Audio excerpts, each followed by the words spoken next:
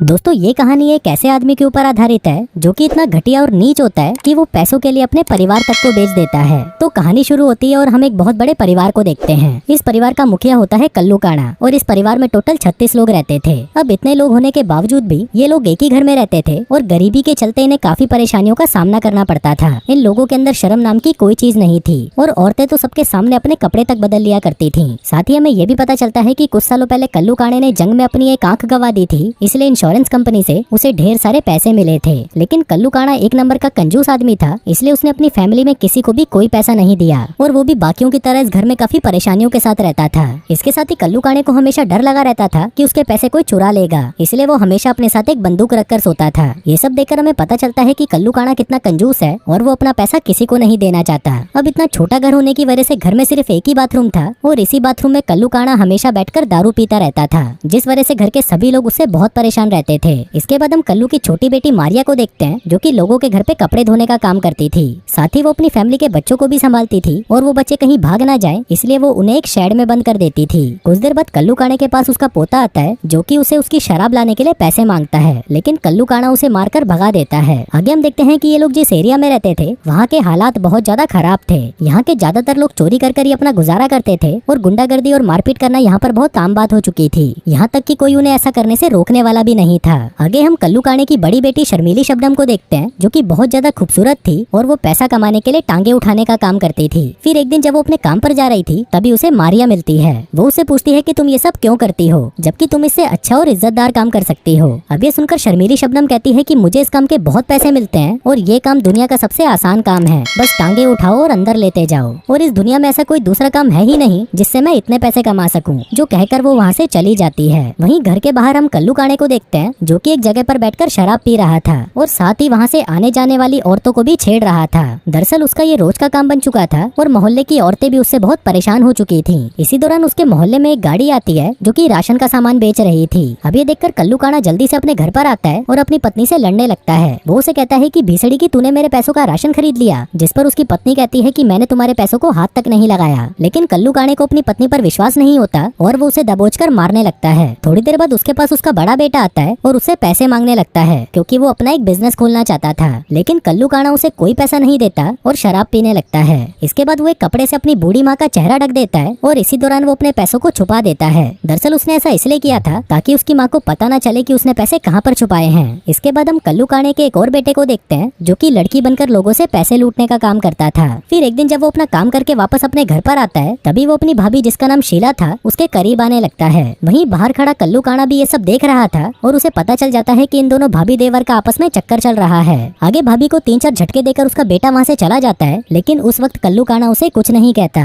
फिर रात को जब सभी लोग सो रहे थे तब कल्लू काणा शीला के पास आता है और उसे अपने साथ बाथरूम में लेके जाता है। वो उसे कहता है कि जो तुम मेरे छोटे बेटे के साथ करती हो वो सब मेरे साथ भी करो। लेकिन जब शीला उसका लेने से मना कर देती है तो कल्लू काणा उसके साथ जबरदस्ती करने लगता है। इसके बाद हम कल्लू काणे के एक और बेटे को देखते हैं जो कि लोगों के पर्स चुराया करता था। अब ये देखकर हमें पता चलता है कि इसके घर के सभी लोग एक नंबर के घटिया और नीच इंसान हैं। फिर उसी रात कल्लू काणे को एक सपना आता है कि उसके परिवार वालों ने उसके पैसे चुरा लिए हैं और इसके बाद वो सभी काफी खुशी से रह रहे हैं। अब सपने में ये देखकर कल्लू काणा घबरा जाता है और जल्दी से उठकर वो अपने पैसों को ढूंढने लगता है। उसने अपने पैसे घर में कई जगहों पर छुपाए थे, लेकिन अब वो पैसे उसे कहीं नहीं मिलते। ये देखकर कल्लू काणा पूरे घर को तहस नहस करने लगता है, लेकिन ये करने का भी कोई फायदा नहीं होता। अगले दिन घर के सभी लोग मिलकर घर का सारा सामान बाहर निकालकर चेक करने लगते हैं कि वो पैसे कहाँ पर हैं, क्योंकि उनको लग रहा था कि अगर वो पैसे उनको मिल गए तो वो लोग मालामाल हो जाएंगे, लेकिन ऐसा कुछ नहीं होता। फिर अगले दिन कल्लू काणा परेशान होकर बाथरूम में हगने जाता है और तभी वहाँ पर उसे वो पैसे मिल जाते हैं। दरअसल कल्लू काणा हर वक्त नशे में रहता था, इसलिए वो बाथरूम में ही पैसे रखकर भूल गया था।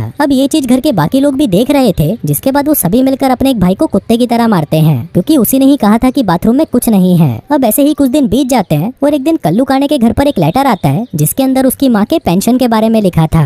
अब ये देखते ही घर के सभी लोग मिलकर उस बुढ़िया को बैंक लेके जाते हैं और उसकी पेंशन के सारे पैसे निकाल लेते हैं। अब बैंक के अंदर भी सभी लोग कुत्तों की तरह आपस में लड़ने लगे थे, लेकिन बाद में वो जैसे तैसे करके उन पैसों को आपस में बांट लेते हैं। वहीं कल्लू काणे को हम नशे की हालत में एक पहाड़ पर देखते हैं, जिस दौरान उसकी नजर मैडम झटके नाम की एक औरत के ऊपर जाती है। तभी मैडम झटके की नजर भी कल्लू काणे पर पड़ती है और पहली नजर में ही इन दोनों में प्यार हो जाता है। जिसके बाद ये दोनों एक बार में जाते हैं और खूब खाते पीते हैं। इसी दौरान कल्लू काणा उसे कहता है कि इस दुनिया में मुझे प्यार करने वाला कोई नहीं है। ये सुनकर मैडम झटके उसे कहती है कि तुम ये कैसे कह सकते हो जबकि तुम्हारी तो इतनी बड़ी फैमिली है। इस पर कल्लू काणा कहता है कि वो परिवार के नाम पर धब्बा है और उनमें से कोई भी मुझसे प्यार नहीं करता और ये सभी लोग मेरे पैसों के पीछे पागल हैं। आगे कल्लू काना मैडम झटके को अपने घर पर चलने के लिए कहता है, लेकिन इस पर मैडम झटके उसे कहती है कि हम तो आज ही मिले हैं और ऐसे ही मैं तुम्हारे घर पर नहीं जा सकती। लेकिन कल्लू काना फिर भी जिद करके उसे अपने साथ घर पे ले आता है। फिर घर आकर कल्लू काना अपनी वाइफ को मैडम झटके से मिलवाता है और उसे कहता है कि ये मेरी दूसरी पत्नी है। अब ये सुनकर कल्लू काने की पहली पत्नी गुस्सा हो जाती है और तुरंत अपने बेटों को जगाने लगती है, लेकिन उसका कोई भी बेटा उस वक्त नहीं उठता।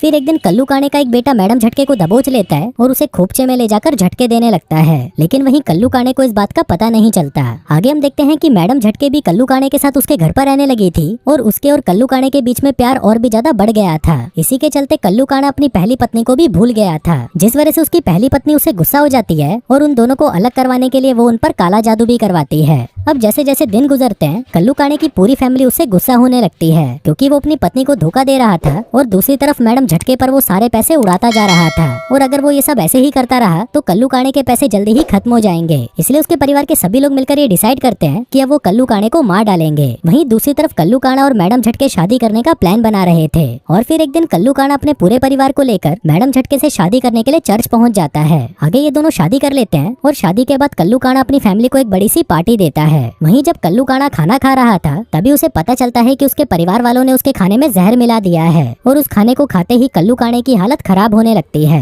अब ये देखकर कल्लू काना अपने सभी फैमिली मेंबर से गुस्से में कहता है कि मैं अभी जाकर पुलिस को सब कुछ बता दूंगा, जिसके बाद तुम लोगों को जेल हो जाएगी। इसके बाद वो हॉस्पिटल जाने की बजाय पुलिस स्टेशन जाने लगता है, लेकिन रास्ते में ही वो बेहोश होकर गिर जाता है। कल्लू काने को लग रहा था कि अब वो मरने वाला है, पर तभी उसे वहाँ पर एक पाइप नजर आता है जिसे वो अपने मुंह में डाल लेता है और जहर वाले खाने को उल्टी करके बाहर निकाल देता है। अब उसका ये तरीका काम कर जाता है और वो जिंदा बच जाता है। अब कल्लू काने को अपने परिवार से बदला लेना था, इसलिए रात को जब वो अपने घर पर आता है तो वो अपने पूरे घर पर शराब डालकर घर को आग लगा देता है, जिसके बाद वो एक पेड़ पर चढ़ जाता है और अपने पूरे परिवार को जलते हुए देखने लगता है। लेकिन वहीं परिवार वालों को भी पता चल गया था कि घर में आग लगी है, जिसके बाद वो सभी जल्दी जल्दी बाहर निकल जाते हैं और किसी को कुछ नहीं होता। बाहर आकर वो लोग कल्लू काने को पेड़ पर चढ़ा देखते हैं और समझ जाते हैं कि ये इसी का काम है, इसलिए वो सभी उसे पत्थर मारकर पेड़ से नीचे गिरा देते हैं। फिर अगली सुबह सभी परिवार के लोग वापस अपने घर को सही करने लग जाते हैं और वहीं कल्लू काना दूर से उन सभी को देख रहा होता है, जिसके बाद वो एक आदमी को अपना घर ही बेच देता है ताकि वो अपने परिवार से बदला ले सके। आगे हम देखते हैं कि जिस परिवार को उसने अपना घर बेचा था उसमें भी टोटल 36 लोग थे।